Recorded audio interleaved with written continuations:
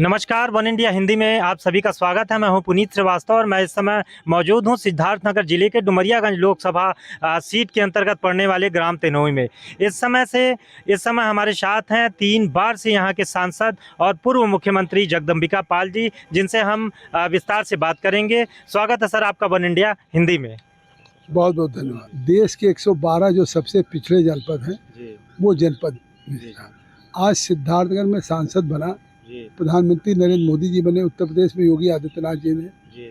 अभी महाराजगंज में medical college नहीं है, संत कबीर नगर में नहीं है, अभी बलरामपुर में नहीं है, अभी तमाम आसपास के जिले कुशीनगर में नहीं है, लेकिन सिद्धार्थनगर में हमने एक मेडिकल कॉलेज कराया। आज ही योगी आदित्यनाथ जी ने कहा है कि अगले साल से यहाँ पे नर्सिंग की भी पढ़ाई शुरू हो जाएगी।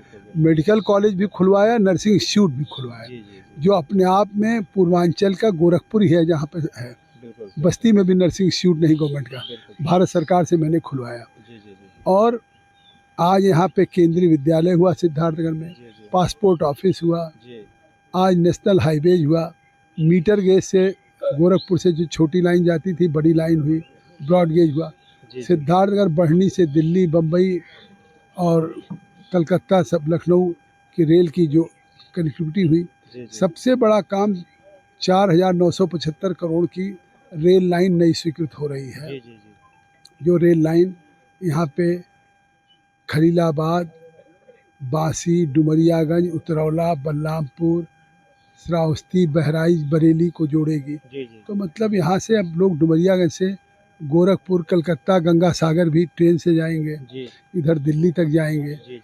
लोकल उतरौला, बलरामपुर, बहराइच सब ट्रेन से जुड़ जाएगा। 5,000 करोड़ का प्रोजेक्ट है जिस पे काम शुरू हो गया, बांसी तक स्टेशन बनना शुरू हो गया। तो स्वाभाविक है कि इस जनपद को विकास में 2-2 रेल लाइन हो गई, जनपदों में 1 रेल लाइन होती है। और इसी तरह से अभी 3 कस्तूरबा पॉलिटेक्निक खोला, 11 कस्तूरबा गर्ल्स इंटर कॉलेज खोला। विकास की इतनी हाईवेज हैं या नर्सिंग इंस्टीट्यूट है, तो इस जनपद में जो बुनियादी आवश्यकताएं हैं, कपिल वस्तु या गौतम बुद्ध का जन्म स्थान है, वहाँ पे विपासना केंद्र है, वहाँ पे हम बुद्धा थीम पार्क बना रहे हैं। अभी हेलीपोर्ट बनाने की बात कर रहे हैं, बुद्धिस्ट सर्किट के लोग हेलीकॉप्टर से आ सकें। आप 3 बार से सांसद रहे यहाँ पे, जनता अगर आपको चौथी बार चुनती है, अभी क्या और सोचते हैं कि क्या इस जिले के विकास के लिए और बड़ी चीजें होनी चाहिए यहाँ पे? इस जिले में जो काला नमक चावल बुद्ध का प्रसाद था, उसको एक्सपोर्ट करने के लिए एक्सपोर्ट हब हाउस बनाए, जिससे हर किसान को काला नमक की खेती की प्रति हो, और वो इस देश की, यहाँ इस जनपद के किसानों की अर्थव्यवस्था को बदल देगा। तो ये सबसे बड़ा मेरा दृष्टिकोण है। इन जैसे गीडा है, नोएडा है, ऐसे एक इंडस्ट्रियल स्टेट की स्थापना कराना और उद्योग लगाना, जिससे कि नौजवानों को यहाँ रोजगार मिले, पलायन न हो। तो इस तरह से ये हमारी प्राथमिकता है कि हमारी रेल लाइन कंप्लीट हो जाए, बांसी डुमरियागंज की, और वो गोरखपुर दिल्ली से जुड़ जाए। इसके साथ साथ जो हमारा नर्सिंग इंस्टीट्यूट है वो 2 साल में पढ़ाई शुरू कर दें, और इस जनपद को हम अग्रणी जनपद बना सकें। इंडिया गठबंधन को आप इस चुनाव में कहाँ देख रहे हैं सर?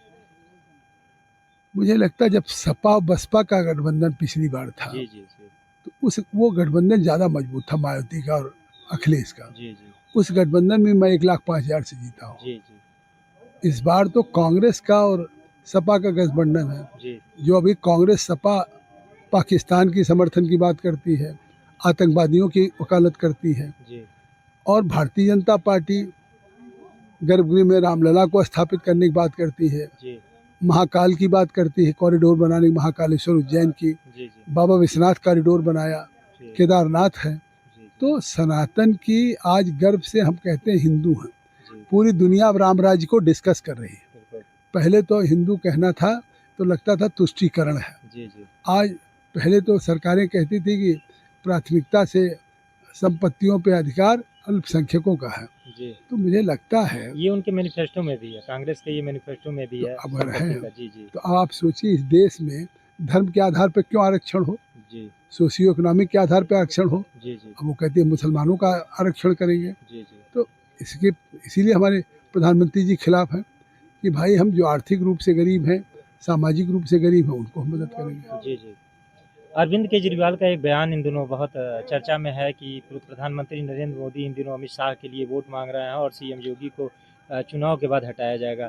इसे आप किस रूप में देखते हैं? उनके बयान पर क्या कहना चाहेंगे? अब वो पागल हो गए हैं, भ्रष्टाचार के आकड़ में डूबे हैं, जी जेल में हैं, वहाँ जेल से कहते हैं मुख्यमंत्री रहेंगे। जी मतलब कभी कल्पना किया कि जो जेल जाता है इमीडिएट वो सस्पेंड हो जाता अगर नौकरी में है, जी जी जी और उनके लिए कोई कानून नहीं है। जी जी तो अब जो आदमी भ्रष्टाचार के आकड़ में डूबा है, उनका डिप्टी सीएम जेल में 1 साल से बंद है, जी जी अभी केवल एक चुनाव के लिए बेल हो गई है, जी उनकी सजा भी होगी। जी जी तो अब अगर वो ये कहें जी जी तो स्वाभाविक है कि अपने उन आरोपों को गुमराह करना चाहते हैं। सर, विपक्ष एक मुद्दे को लेके बहुत हुआ है कि बेरोजगारी और महंगाई को बार बार वो उठा रहा है। इस पे क्या कहना चाहेंगे? कौन सर? है विपक्ष? जी विपक्ष इंडी गठबंधन में नीतीश कहाँ है, हमारे साथ है, ममता अलग है, जी जी मायावती अलग है, जी कौन सा विपक्ष गठबंधन? जी और आपको मालूम होगा जी कि आज हमेशा कांग्रेस की रिजिम में 10% रेट ऑफ इन्फ्लेशन होता था, मुद्रास्फीति 12%, 13%,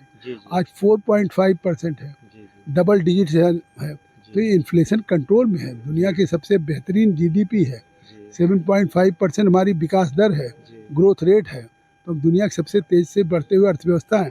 हम 10वें पायदान से 5वीं अर्थव्यवस्था हो चुकी है, 2027 तक तीसरी हो जाएंगे। सर, अंत में यहाँ की जनता से क्या अपील करना चाहेंगे? जनता का आपने प्यार देखा, आशीर्वाद देखा। जी जी जनता के कुछ बुनियादी समस्याएं हैं, ये नदी है, इस पे बंधा कट गया है जिससे गांव को परेशानी है, जी जी और एक सड़क है, जी ये दोनों इनकी आवश्यकताएं हैं। जी मैं चुनाव में इतना व्यस्त हूँ, लेकिन गांव के लोगों ने कहा कि अगर कोई नहीं आएगा जी तो हम लोग ये विचार करेंगे कि वोट दें या न दें, जी जी मतलब बहिष्कार करें। जी तो लोकतंत्र में सबसे बड़ा पर्व है मतदान का। जी जी तो मैं इसलिए कहने आया कि ये काम भी योगी आदित्यनाथ की सरकार करेगी और आप वोट भी दें। बात करने के लिए सर बहुत बहुत धन्यवाद। तो ये थे डुमरियागंज लोकसभा सीट से सांसद जगदम्बिका पाल जी, जिन्होंने बताया कि यहाँ किस तरीके से विकास कार्य हुए हैं, आगे सरकार की क्या योजना है, इस पर भी उन्होंने विस्तार से चर्चा की। अन्य खबरों के लिए आप देखते रहें वन इंडिया हिंदी।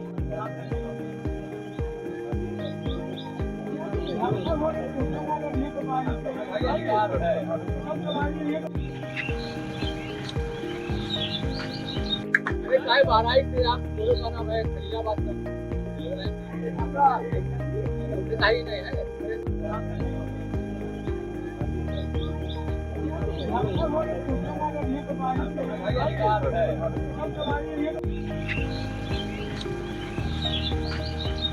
साहब आ रहा है आप बोलो का नाम है खलीलाबाद का